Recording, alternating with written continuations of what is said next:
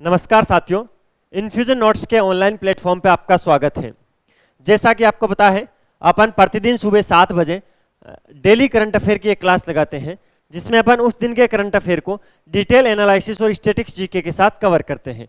उसी कड़ी में आज है 16 अक्टूबर 2024 और 16 अक्टूबर 2024 का जो भी मोस्ट इंपोर्टेंट करंट अफेयर है उसको अपन इस सेशन में डिटेल एनालिसिस और स्टैटिक्स जीके के साथ कवर करने वाले हैं। आप चाहे कोई से भी एग्जाम की तैयारी कर रहे हो, किसी भी गवर्नमेंट एग्जाम की तैयारी कर रहे हो, जिसमें यूपीएससी, सीएससी, स्टेट पीसीएस का एग्जाम है या स्टेट में जो अदर एग्जाम होते हैं, चाहे कोई से भी गवर्नमेंट एग्जाम की तैयारी कर रहे हो, प्रत्येक एग्जाम के लिए ये अपनी क्लास रामबाण साबित होती है। सुबह सुबह प्रतिदिन 15 से 20 मिनट मुझे दे दिया करो। इस क्लास की डिटेल पीडीएफ भी आपको प्रोवाइड करवाता हूँ, वो कहाँ पर मिलेगी मैं आपको बता दूंगा। ठीक है, तो डेली के 20 मिनट और 1 साल में सरकारी नौकरी, ये अपना वादा है। तो चलिए आज की क्लास को अपन शुरू करते हैं। वैश्विक नवाचार सूचकांक, जिसको GII बोला जाता है, उसमें भारत विश्व स्तर पर कौन से स्थान पर है? तो 39वें स्थान पर है। भारत वैश्विक नवाचार सूचकांक में 39वें स्थान पर है। इसमें एक इंपॉर्टेंट चीज मैं आपको बता देता हूं, मध्य और दक्षिणी एशिया में भारत इस नवाचार में प्रथम स्थान पर है। मध्य और दक्षिणी एशिया में वैश्विक नवाचार सूचकांक में भारत प्रथम स्थान पर है, जबकि अपन विश्व स्तर पर बात करें तो भारत 39वें स्थान पर है। ये सर नवाचार सूचकांक है जो अभी तो नहीं आया था, अभी आपने करंट में क्यों पढ़ाया है? कल जो अपने केंद्रीय मंत्री हैं डॉक्टर जितेंद्र सिंह, उन्होंने बोला था कि जो वैश्विक नवाचार हैं उसके लिए वैश्विक नवाचार और अनुसंधान के लिए भारत और स्वीडन है वो अपने रिश्तों को गहरा करेगी या और मजबूत करेगी। तो इसके लिए ये चर्चा में था, इसलिए मैंने ये आपको बताया। इसके हिसाब से ये जो भारत और स्वीडन ने जो अपना सहयोग बढ़ाया है उससे भारत को क्या लाभ होगा, तो आपको पता होना चाहिए। भारत का एक लक्ष्य है कि 2070 तक, कब तक? 2070 तक निवल शून्य कार्बन उत्सर्जन प्राप्त करना, यानी कार्बन के उत्सर्जन को कितना करना? शून्य करना। कब तक करना? 2070 तक करना। ये जो भारत का लक्ष्य है, इस भारत के इस लक्ष्य को प्राप्त करने के लिए भारत के जो केंद्रीय मंत्री हैं डॉक्टर जितेंद्र सिंह, उन्होंने बोला है कि स्वीडन के साथ जो हमारे रिश्ते हैं उसको हम और मजबूत करेंगे, जिससे कि 2070 तक हम जो कार्बन शून्य उत्सर्जन है उसके टारगेट को पूर्ण कर लेंगे। वैश्विक नवाचार सूचकांक के अंदर भारत की स्थिति 39वें नंबर पर है ऑल ओवर विश्व में, और वहीं अगर बात करें मध्य और दक्षिणी एशिया की तो वहां पर भारत प्रथम स्थान पर है। तो ये था इंपॉर्टेंट क्वेश्चन जिसकी अपन ने डिटेल में चर्चा की। अगला क्वेश्चन क्या है? अगले क्वेश्चन पे चल लेते एक बार। विश्व छात्र दिवस कब मनाया जाता है?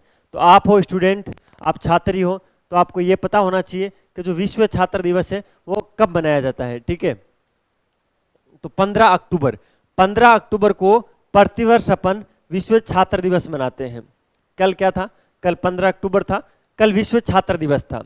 सबसे इंपॉर्टेंट चीज, ये विश्व छात्र दिवस क्यों मनाया जाता है, किसकी याद में मनाया जाता है? तो ये जो भारत के मिसाइल मैन हैं डॉक्टर APJ अब्दुल कलाम, उनकी जयंती पर मनाया जाता है। किन की जयंती पर? डॉक्टर APJ अब्दुल कलाम की जयंती पर।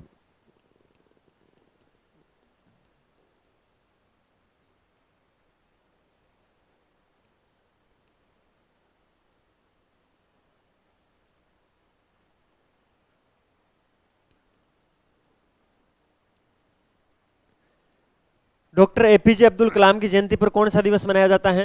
तो विश्व छात्र दिवस मनाया जाता है। कब मनाया जाता है?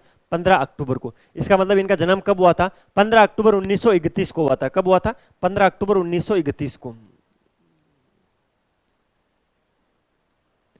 कई बार पूछा जाता है कि इनका जो जन्म है वो किस स्थान पर हुआ था, तो आपको पता है तमिलनाडु के रामेश्वर में हुआ था। कहां पर हुआ था? तमिलनाडु के अंदर हुआ था। तमिलनाडु में जगह पूछो तो आप बता दोगे, रामेश्वरम में हुआ था। ठीक है, ये 2002 से 2007 तक भारत के 11वें राष्ट्रपति के रूप में भी सेवाएं दे चुके हैं। कब से कब तक? 2002 से 2007 के बीच।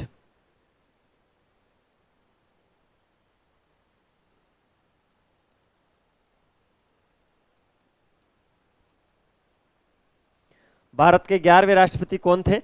तो 2002 से 2007 के बीच में 11वें राष्ट्रपति के रूप में कार्यकाल था APJ अब्दुल कलाम का। अब ये दिन है, क्यों मनाया जाता है विश्व छात्र दिवस?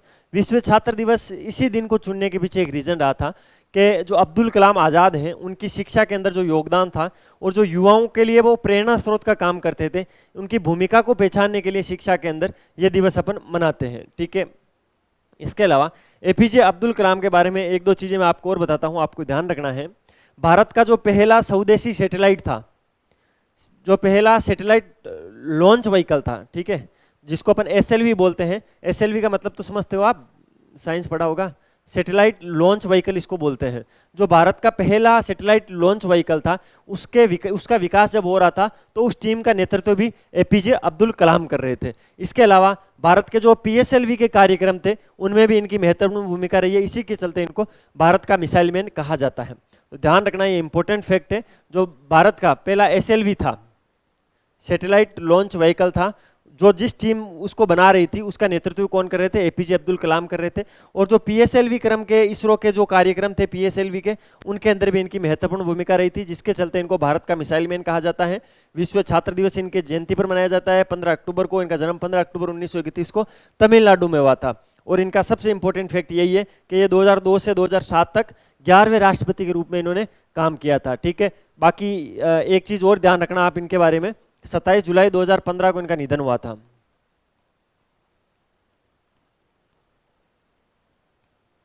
पूछ रहे थे कई बार, 27 जुलाई 2015 को एपीजे अब्दुल कलाम का निधन हुआ था। तो ये इंपॉर्टेंट फैक्ट है जिनको आपको ध्यान में रखना है। नेक्स्ट क्वेश्चन, विश्व दूरसंचार मानकीकरण सभा का उद्घाटन किसने किया? तो प्रधानमंत्री जी मोदी ने किया था, कल ही किया था प्रधानमंत्री मोदी ने विश्व दूरसंचार मानकीकरण सभा का उद्घाटन। क्या था इसके साथ, किसका किया था? इन्होंने कल दो चीजों का उद्घाटन किया था। एक तो WTSA का किया था, यानी विश्व दूरसंचार मानकीकरण सभा का किया था। दूसरा इन्होंने 8वें इंडिया मोबाइल कांग्रेस का उद्घाटन किया था। 8वें क्रम की इंडिया मोबाइल कांग्रेस, किसका? India mobile Congress.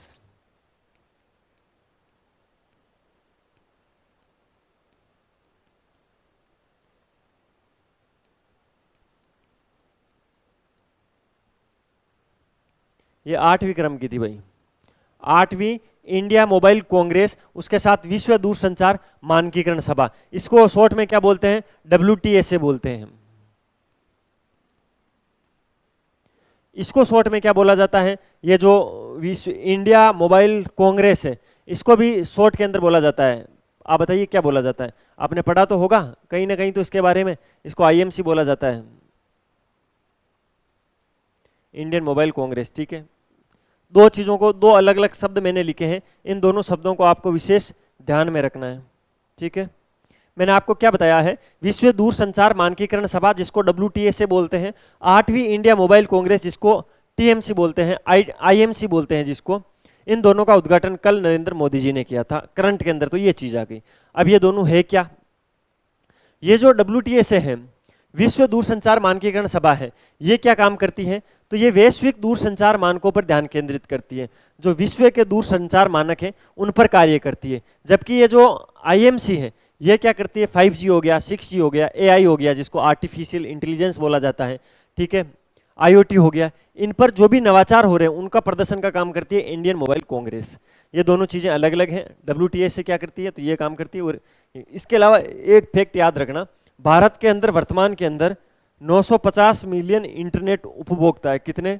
950 million. 950 million internet उपयोगकर्ताओं के साथ कम डेटा लागत के साथ भारत दूरसंचार के अंदर वैश्विक स्तर पर प्रथम स्थान पर है। ये ऐसा बोल सकते हैं अपन, भारत दूरसंचार में वैश्विक नेता है अभी वर्तमान के अंदर। 950 मिलियन इंटरनेट उपयोगकर्ता है और सबसे कम डेटा लागत है अपने यहाँ पर, क्योंकि वो जो रिलायंस जियो आया था उसके बाद डेटा ही डेटा है। और डेटा तो इतना सस्ता हो गया है कि आटा महंगा, और आटा सस्ता और डेटा महंगा हो गया है, ठीक है। बाकी आपको ज़रूरत अभी आटे की नहीं है, आपको डेटा की ज़्यादा ज़रूरत होती है, क्योंकि आपको सुबह 7 बजे उठ के रील स्वाइप करना होता है, अच्छी अच्छी रील्स देखनी होती है, हुस्न का दीदार करना होता है। कर लो, उससे हानियाँ बहुत है, लाभ कम है। लाभ एक क्षणिक लाभ है, लेकिन हानियाँ उससे बहुत है। मेरा तो यही कहना है, आपसे सुबह जल्दी उठा करो, उठ के अपने एक टारगेट फिक्स कर लिया करो कि पूरे दिन में आज अपना टारगेट ये रहेगा, आज ये करेंगे। और आप चाहे किसी भी गवर्नमेंट एग्जाम की तैयारी कर रहे हो, आपको मैं अभी फिर बता रहा हूँ, करंट अफेयर के क्वेश्चन थोड़े टफ पूछे जाते हैं, लेकिन जो स्टूडेंट करंट अफेयर के क्वेश्चन अच्छे से करके आता है, जो करंट अफेयर में स्कोर करता है, वो कहीं ना कहीं अपना सिलेक्शन कंफर्म करता है, ठीक है। तो सिलेक्शन लेना है तो सुबह 7 बजे डेली करंट अफेयर की क्लास में जुड़ जाया करो। इसकी पीडीएफ कहाँ पर मिलेगी, तो इस वीडियो के डिस्क्रिप्शन में एक टेलीग्राम चैनल की लिंक दे रहा हूँ, वहाँ से पीडीएफ ले लेना। अदरवाइज हम आपकी सेवा में हैं, इस नंबर पे मैसेज करना, बोलना सर क्या प्रॉब्लम है, आप डेली करंट अफेयर की पीडीएफ नहीं भेज रहे हो हमें। उसके बाद तुरंत रेगुलर आपको पीडीएफ मिलने लग जाएगी। ये हमारी वेबसाइट है infusionnotes.com, जाके वहाँ पर सर्च कर लेना। ये हमारा इंस्टाग्राम हैंडल है infusion/notes के नाम से, तो यहाँ पर भी जाके देख लेना, सारी चीज़ों को अच्छे से चेकआउट कर लेना। यहाँ पर ये पीडीएफ मिलती है, ठीक है। तो अच्छे से तैयारी करो, और हमें अप्रिशिएट करने के लिए, हम कभी भी आपके लिए क्लास मिस ना करें या इससे और अच्छा कंटेंट बढ़ाएं, इसके लिए आपको क्या करना है, ज़्यादा कुछ नहीं करना है। लाल वाला बटन दबाकर चैनल को सब्सक्राइब कर देना, बेल वाला आइकन जरूर प्रेस कर देना, जिससे सुबह सुबह आपको नोटिफिकेशन और हमें मोटिवेशन मिल जाएगा। अच्छे अच्छे कमेंट किया करो, हमें अच्छा लगता है, बस बाकी कुछ नहीं है, ठीक है। अगले क्वेश्चन पे चलते हैं। ये मैंने सारी चीज़ें बता दी हैं। WTS क्या होता है, इंडियन मोबाइल कांग्रेस जो IMC है वो क्या होती है, और इसका कल मानकीकरण सभा का कल उद्घाटन किया था मोदी जी ने। IUKL विश्व चैंपियनशिप 2024 में 2 स्वर्ण पदक जीतने वाली भारतीय खिलाड़ी कौन बनी है, ठीक है। ध्यान रखना है, IUKL विश्व चैंपियनशिप 2024 है जो भी वर्तमान के अंदर चल रहा है, उसके अंदर 2 गोल्ड मेडल जीतने वाली भारतीय महिला कौन है। बहुत ही इंपॉर्टेंट क्वेश्चन है, पूछा जा सकता है, क्योंकि ये जो पायल कनोडिया है, इनके बारे में मैं आपको एक फैक्ट बताऊंगा आज, जो आपको बहुत अच्छा लगेगा, मुझे बहुत ही अच्छा लग रहा है। इनका एक लक्ष्य कार्यक्रम चल रहा है, उसके बारे में आपको बाद में समझाऊंगा। IUKL विश्व चैंपियनशिप 2024 के अंदर 2 स्वर्ण पदक जीतने वाली भारतीय खिलाड़ी बनी है पायल कनोडिया, ठीक है। अभी आपको पता होना चाहिए, वर्तमान के अंदर ग्रीस के कोरफू के अंदर, कहां पर, ग्रीस के कोरफू में,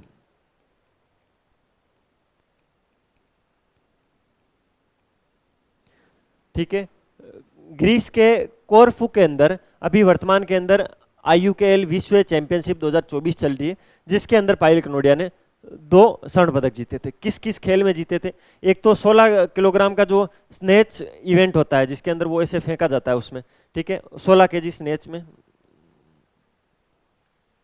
इसके अलावा 68 किलोग्राम वर्ग में डबल आर्म लॉन्ग साइकिलिंग के अंदर, जो लॉन्ग साइकिलिंग का इवेंट हुआ था, उसके अंदर गोल्ड मेडल जीता है। तो 2 गोल्ड मेडल जीते हैं, एक तो जीता है 16 किलोग्राम स्नेच इवेंट के अंदर, दूसरा जीता है 68 किलोग्राम वर्ग के अंदर जो double arm long cycle event था उसके अंदर।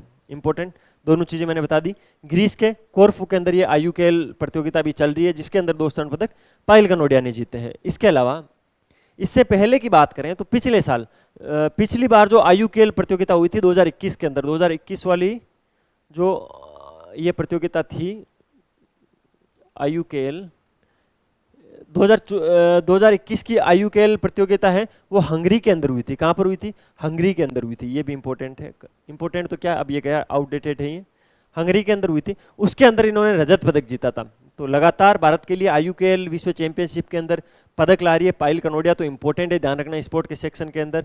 ग्रीस के कोरफू में अभी जो IUKL विश्व चैंपियनशिप 2024 चल रही है, उसके अंदर इन्होंने 2 गोल्ड मेडल जीते, एक तो 16 किलोग्राम स्वेस इवेंट के अंदर जीता है और एक 68 किलोग्राम वर्ग में डबल साइकिलिंग के अंदर जीता है। इसके अलावा हंगरी के अंदर 2021 के अंदर ये जब हुआ था IUKL प्रतियोगिता, उसमें उन्होंने रजत पदक जीता था। पायल कनोडिया का एक प्रोग्राम चल रहा है लक्ष्य नाम से, कार्यक्रम चल रहा है जिसका नाम क्या है, लक्ष्य है। उस लक्ष्य कार्यक्रम के अंदर क्या है, उसका लक्ष्य ऐसा है कि 2025 तक, कब तक, लक्ष्य प्रोग्राम है 2025 तक 500 से अधिक युवा एथलीटों को तैयार करना है, ठीक है। तो लक्ष्य चल रहा, लक्ष्य प्रोग्राम कौन चला रहा है, लक्ष्य कार्यक्रम कौन चला रहा है, तो वो चला रही है पायल कनोडिया। और उसके अंदर ये लक्ष्य रखा गया है कि 2025 तक हम 500 एथलीटों का समर्थन करेंगे, जिससे खेलों के अंदर युवाओं की भागीदारी बढ़ेगी। तो पायल कनोडिया को आप विशेष तौर से ध्यान में रखना। अगले क्वेश्चन पे चलते हैं। बृहस्पति के चंद्रमा की जांच के लिए यूरोपा क्लिपर किसने लॉन्च किया है। कल ये यूरोपा क्लिपर लॉन्च हो गया था और ये नासा ने लॉन्च किया। किसने, नासा, ठीक है। नासा कौन है जानते हो, अमेरिका की जो स्पेस एजेंसी है नासा, उसने बृहस्पति के चंद्रमा की जांच के लिए क्लिपर चलाया है, ठीक है। अब ये क्लिपर क्या है, क्यों चलाया है, ऐसे क्वेश्चंस के अंदर साइंस और टेक्नोलॉजी के अंदर बहुत सारी चीजें पूछी जाती है। भाई क्लिपर के बारे में बताओ, ठीक है, ये किसने लॉन्च किया, तो नासा ने इसको लॉन्च किया, तो मैंने बता दी। इसका एक मुख्य उद्देश्य ये है, जो बृहस्पति के चंद्रमा है वहां पर यूरोप में जीवन सहायता स्थितियां है या नहीं है, ठीक है। जो इसके उपसतह हैं उस पर महासागरों का अध्ययन करना इसका मुख्य उद्देश्य रहेगा, ठीक है। और इसके बारे में इंपॉर्टेंट चीज ये है कि ये सौर ऊर्जा से चलेगा, 5.5 वर्षों तक ये कार्य करेगा। कितने, 5.5 वर्षों तक ये कार्य करेगा। अच्छा, 5.5 वर्षों तक ये गति लगाएगा तो कितने किलोमीटर चल लेगा? 2.9 बिलियन किलोमीटर चल लेगा। ठीक है सर, ये चलेगा। ये बृहस्पति पर कब पहुंचेगा? तो 2030 तक पहुंचेगा। कब तक? 2030 तक बृहस्पति पर पहुंचेगा। इसको ये इंपॉर्टेंट मैं इसलिए मानता हूं क्योंकि ये नासा का सबसे बड़ा ग्रही मिशन है। नासा का सबसे बड़ा ग्रही मिशन अंतरिक्ष यान है। कौन सा? क्लिपर। इंपॉर्टेंट है, ध्यान रखना सारी चीजें। भारत के दूसरे बहुत कम आवर्ती वाले संचार स्टेशन का उद्घाटन कहाँ किया गया है? यह भी एक इंपॉर्टेंट क्वेश्चन बनता है। ऐसा इसलिए बनता है क्योंकि यह भारत का कम आवर्ती का दूसरा ही संचार स्टेशन है। ठीक है, ये क्या काम करेगा, क्या नहीं करेगा? सबसे पहले तो इस क्वेश्चन में ऐसा भी पूछा जा सकता है, भारत के दूसरे वीएलएफ स्टेशन का उद्घाटन कहाँ किया गया? अब यहां पर आपको डरना नहीं है। वीएलएफ का मतलब है वेरी लो फ्रीक्वेंसी, जिसको हिंदी में बोलते हैं बहुत कम आवर्ती। ठीक है, तो वीएलएफ का मतलब क्या हुआ? Very low frequency. ठीक है, तो भारत का दूसरा जो कम आवर्ती वाला स्टेशन है वो तेलंगाना के अंदर उद्घाटित किया है। कल जो रक्षा मंत्री राजनाथ सिंह है, किसने? राजनाथ सिंह ने। राजनाथ सिंह वर्तमान में कौन है? तो रक्षा मंत्री है। रक्षा मंत्री राजनाथ सिंह ने कल इसका उद्घाटन किया था तेलंगाना के। कहां? तेलंगाना के विकाराबाद के अंदर। कहां पर? तेलंगाना के विकाराबाद में। तेलंगाना के विकाराबाद में इसका उद्घाटन किया गया था। ठीक है, काम क्या करेगा, काम नहीं करेगा क्या? विकाराबाद के अंदर आपको पता होना चाहिए दामगुडेम के जंगल है। किसके? दामगुडेम के जंगल है।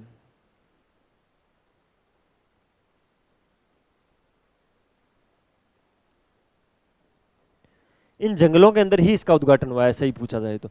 दामगुडेम के जंगलों के अंदर इसको, जो वीएलएफ स्टेशन है उसको लगाया गया है, जिसका उद्घाटन राजनाथ सिंह ने किया था। ये काम ऐसा करेगा, ये स्टेशन जो भारत की समुद्री रक्षा है उसको मजबूत करेगा। जहाजों और पनडुब्बियों के साथ नौसेना का जो संचार है उसको तेज करेगा। यानी जो नौसेना है और जो नौसेना की पनडुब्बियां हो गई, जहाजें हो गई, उनके बीच में संचार को तीव्र करने के लिए इसको लगाया गया, जिससे क्या होगा? भारत की जो समुद्री रक्षा है वो मजबूत होगी। इसके लिए भारत के दूसरे वीएलएफ वेरी लो फ्रीक्वेंसी, बहुत कम आवर्ती वाले संचार स्टेशन का उद्घाटन किया गया है तेलंगाना के अंदर। तेलंगाना के विकाराबाद के दामगुडेम जंगलों के अंदर किसने किया है? राजनाथ सिंह ने किया है। तो इंपॉर्टेंट है। कल भाई ये समझौता हुआ था। ड्रोन क्या होता है? सबसे पहले तो ड्रोन के बारे में जान लो। ड्रोन वही होता है जो आपने शादी वादी देखी होगी, जो ऊपर उड़ता है ना, जिसे लेडीज देख के मजा आ जाती है कि हवा अच्छा आई। वही भारत और किस देश के मध्य 31 MQ-9B प्रीडेटर ड्रोन की खरीद का समझौता हुआ है? भारत और अमेरिका के मध्य 31 MQ-9B प्रीडेटर ड्रोन की खरीद का समझौता हुआ है। सबसे इंपॉर्टेंट चीज तो यही है। इसके बाद में इसके अंदर 15 ड्रोन तो भारतीय नौसेना के लिए हैं। ठीक है, इस 31 ड्रोन का हिसाब किताब देता हूं मैं आपको। 15 जो ड्रोन होंगे वो तो भारतीय नौसेना के लिए होंगे। किसके लिए? भारतीय नौसेना के लिए। ठीक है सर, बाकी के 8 ड्रोन होंगे वायु और थल सेना के लिए।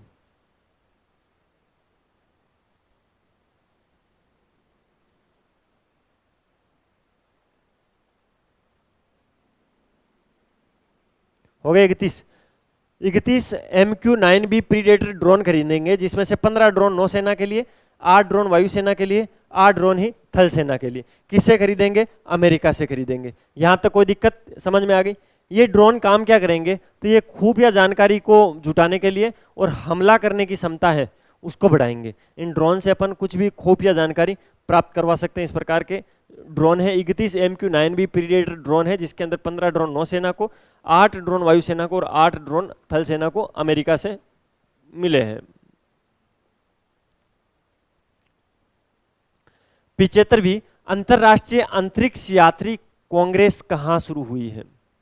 कॉन्फ्रेंस नहीं है, ये कांग्रेस ही है। ठीक है, क्वेश्चन क्या है?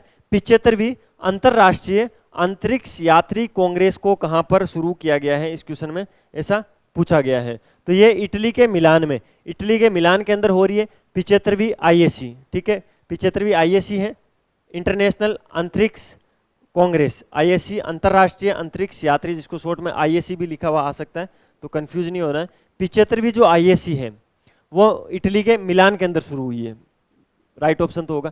इसके अंदर होगा क्या, इसके अंदर 10,000 से अधिक जो वैश्विक अंतरिक्ष विशेषज्ञ हैं या कोई भी ऐसा आदमी है जो अंतरिक्ष में रुचि रखता है, अंतरिक्ष जिसका पैसा है, वो लोग आएंगे। 10,000 लोग यहाँ पर इकट्ठे हुए हैं, ठीक है। इस कार्यक्रम की थीम इंपॉर्टेंट है, 75वीं अंतर्राष्ट्रीय अंतरिक्ष यात्री कांग्रेस जो कार्यक्रम हुआ था उसकी थीम एग्जाम में पूछी जा सकती है। इसकी थीम क्या रखी गई थी, तो सततता के लिए जवाबदेह अंतरिक्ष, ठीक है, सस्टेनेबिलिटी जिसको बोलते हैं, सततता के लिए जवाबदेह अंतरिक्ष इसकी थीम रखी गई थी। वापस बता रहा हूं, सततता के लिए जवाबदेह अंतरिक्ष इसकी थीम रखी गई थी, ठीक है। और जो इटली के वर्तमान में राष्ट्रपति कौन है, सर्गियो मटरेला। कौन है, सर्गियो मटरेला जो है इटली के वर्तमान में राष्ट्रपति, उन्होंने इस कार्यक्रम का उद्घाटन किया था, तो इंपॉर्टेंट है, ध्यान रखना। अगला क्वेश्चन, सितंबर 2024 के लिए ICC player of the month किसे दिया गया।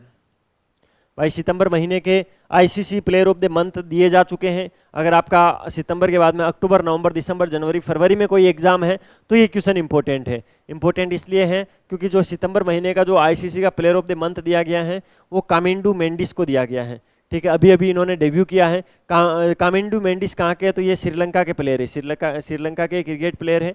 श्रीलंका के क्रिकेट प्लेयर कामिंडू मेंडिस को ICC player of the month सितंबर महीने का मिला था।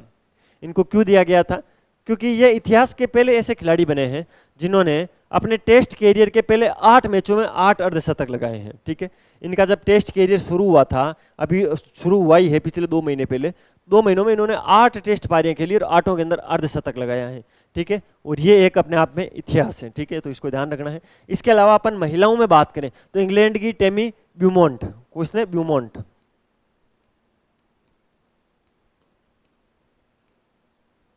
ये कहाँ की है,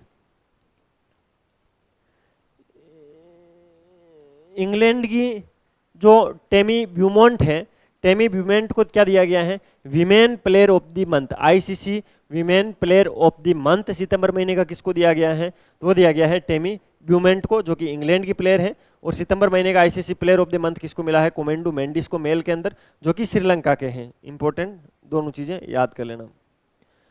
भारतीय तटरक्षक बल का नया प्रमुख किसे नियुक्त किया गया है, आपको पता होना चाहिए। अभी राकेश पाल जी की मृत्यु हो गई थी, ठीक है। राकेश पाल जी की जब मृत्यु हुई, राकेश पाल जी पहले भारतीय जो तटरक्षक बल है उसके प्रमुख थे, लेकिन उनकी मृत्यु के बाद इनके पद पर किसको नियुक्त किया है, तो एस परमीश को, एस परमीश को भारतीय तटरक्षक बल का नया प्रमुख नियुक्त किया गया है, ठीक है। अतिरिक्त महानिदेशक एस परमेश को, ठीक है। नई नियुक्ति की हुई है, मैंने बता दी, राकेश पाल के निधन के बाद हुई है।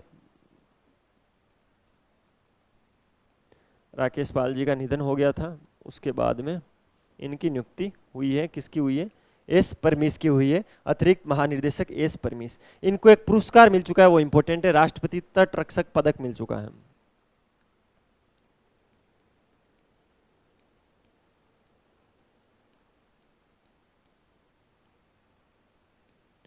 राष्ट्रपति तटरक्षक पदक किसको मिला हुआ है, एस परमीश को। और इनका जो सेना के अंदर अनुभव था और इनकी जो कार्य प्रणाली थी उसको देखते हुए इनको भारतीय तटरक्षक बल का नया प्रमुख नियुक्त किया गया है। नेक्स्ट क्वेश्चन पे चलते हैं। आईएएफ विश्व अंतरिक्ष पुरस्कार किसने जीता है, जो आईएएफ विश्व अंतरिक्ष पुरस्कार है वो कल ही मिला था एस सोमनाथ को। एस सोमनाथ कौन है, तो एस सोमनाथ आपको पता होना चाहिए, इसरो के प्रमुख हैं। इसरो के प्रमुख कौन है वर्तमान में, तो ये इसरो के प्रमुख हैं, ठीक है, एस सोमनाथ। इसरो क्या है, इंडियन स्पेस रिसर्च ऑर्गेनाइजेशन के प्रमुख है एस सोमनाथ, और इनको आईएएफ विश्व अंतरिक्ष पुरस्कार मिला है। क्यों मिला है, आपको पता होना चाहिए,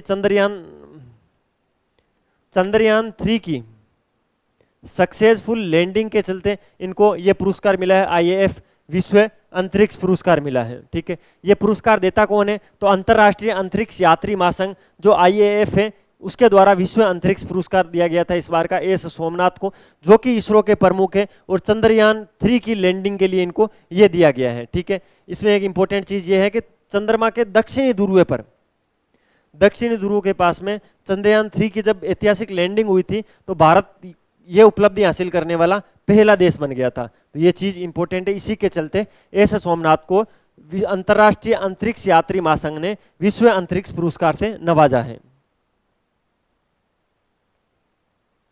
5वें राष्ट्रीय जल पुरस्कार 2023 सर्वश्रेष्ठ राज्य की श्रेणी में प्रथम पुरस्कार किसे दिया गया? जो 2023 के राष्ट्रीय जल पुरस्कार थे, जो 5वें क्रम के थे, उनकी घोषणा कल की गई थी। ठीक है, किसने की थी घोषणा? तो आपको पता होना चाहिए, अभी वर्तमान में जल शक्ति मंत्री कौन है? CR पाटिल है। केंद्रीय जल शक्ति मंत्री CR पाटिल ने 5वें राष्ट्रीय पुरस्कार जो 2023 के अंदर दिए जाने थे उनकी घोषणा की है। ठीक है, 5वें क्रम के ध्यान रखना है। सर्वश्रेष्ठ राज्य की श्रेणी में प्रथम स्थान किसको मिला है? तो ओडिशा को मिला है प्रथम स्थान। मोस्ट इंपोर्टेंट क्वेश्चन है, 3 स्टार लगा लेना। 5वें राष्ट्रीय जल पुरस्कार 2023 के अंदर सर्वश्रेष्ठ राज्य की श्रेणी में प्रथम पुरस्कार किसको मिला है? ओडिशा को मिला है। तो फिर दूसरा स्थान किसको मिला है? दूसरा स्थान मिला है उत्तर प्रदेश को। उत्तर प्रदेश के वर्तमान में मुख्यमंत्री कौन है? जल्दी से कमेंट बॉक्स में बता दो, उत्तर प्रदेश के वर्तमान में मुख्यमंत्री कौन है? दूसरा स्थान उत्तर प्रदेश को मिला है। यहां तक सर हमें 3 स्थानों तक तो बता ही दो, 3 तक तो पूछा ही जा सकता है। तीसरे स्थान पर 2 राज्यों को एक साथ मिला है, जिसमें एक राज्य एक केंद्र शासित प्रदेश है, गुजरात और पांडिचेरी, पुडुचेरी। गुजरात और पुडुचेरी, ठीक है, तो इनको संयुक्त रूप से तीसरा स्थान मिला है। 3rd रैंक पर है ये भाई साहब, ये 2nd रैंक पर है और ये 1st रैंक पर है। तो 5वें राष्ट्रीय जल पुरस्कार 2023 के अंदर सर्वश्रेष्ठ राज्य की श्रेणी में प्रथम पुरस्कार उड़ीसा को, दूसरा स्थान यूपी को, तीसरा है जो गुजरात और पुडुचेरी को संयुक्त रूप से दिया गया है। ठीक है, इसके अंदर ये जो पुरस्कार दिए गए थे 5वें क्रम के जो जल पुरस्कार थे, उसके अंदर 9 विभिन्न श्रेणियों को कवर करते हुए केवल 38 विजेताओं का चयन हुआ है। ठीक है, 9 श्रेणियों में 38 पुरस्कार दिए गए।